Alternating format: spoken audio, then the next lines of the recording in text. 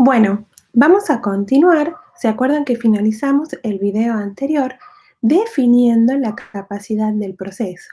Ahora vamos a ver cómo determinamos entonces la capacidad de nuestro proceso. Determinar la capacidad de nuestro proceso requiere, en general, recoger datos del funcionamiento de nuestro proceso, pero en condiciones normales de operación, ¿sí? Es decir, que la capacidad de proceso nosotros la vamos a determinar a partir de datos recogidos cuando el proceso está supuestamente bajo control. ¿En qué consiste determinar la capacidad de nuestro proceso? Bueno, dijimos que CP era igual a 6 sigma. Y nosotros no conocemos sigma, entonces determinar la capacidad de nuestro proceso es equivalente a estimar la desviación sigma. Bien, ¿cómo vamos a hacer para determinar la capacidad del proceso? Vamos a tomar varias muestras de nuestro proceso. Antes de tomar estas muestras, vamos a tratar de eliminar todas las causas asignables de variación de nuestro proceso. Entonces ahí sí vamos a tomar varias muestras que vamos a hacer que estén igualmente espaciadas a lo largo de nuestro proceso. Y vamos a tomar varias muestras en un tiempo suficientemente largo, un tiempo suficientemente dilatado para incluir todas las posibles causas no asignables de variación.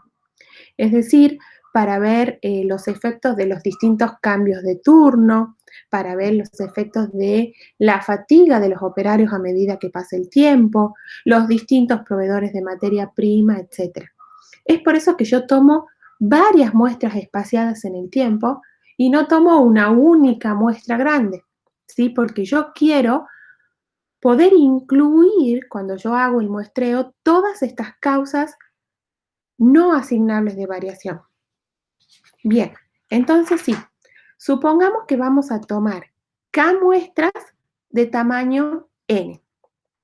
Entonces, X sub I J va a ser el elemento J de la muestra I, donde I va a variar desde 1 hasta acá, porque tenemos K muestras, y J va a variar desde 1 hasta n, que es el tamaño de cada muestra. Entonces voy a sacar mi primera muestra de tamaño n, luego voy a sacar la segunda muestra de tamaño n, y así sucesivamente hasta obtener mis K muestras de tamaño n. Bien, para cada una de estas muestras yo puedo calcular, ya sabemos hacerlo, la media, ¿sí? El X1 barra y el desvío estándar, sigma sombrero 1. Y así puedo hacerlo para las K muestras. Y luego yo también puedo calcular, ahora vamos a ver bien cómo, la media de todas mis X barras y la media o promedio de todos mis sigmas sombrero.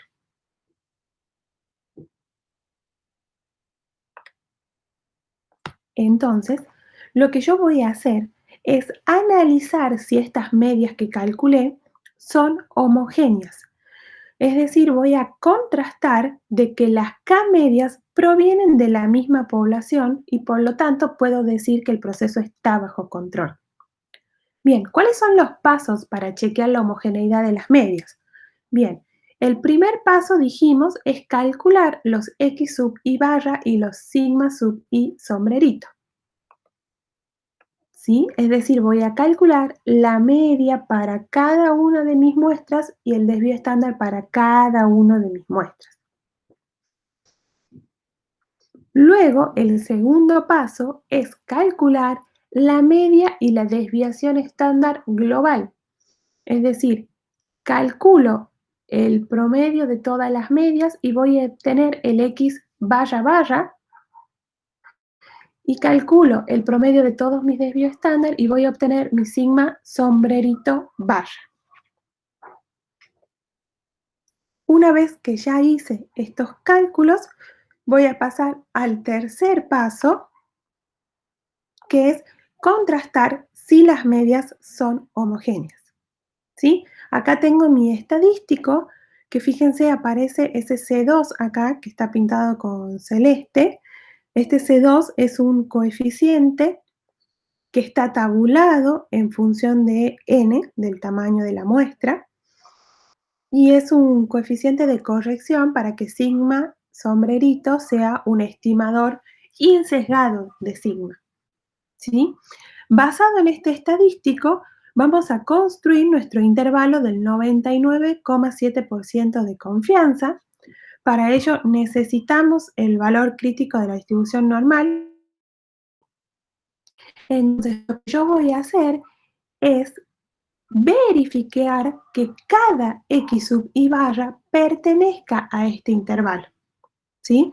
Si el proceso está bajo control, el x sub i barra pertenece a este intervalo con un 99,7% de confianza. ¿Qué voy a hacer yo? Voy a chequear que cada x sub i pertenezca al intervalo.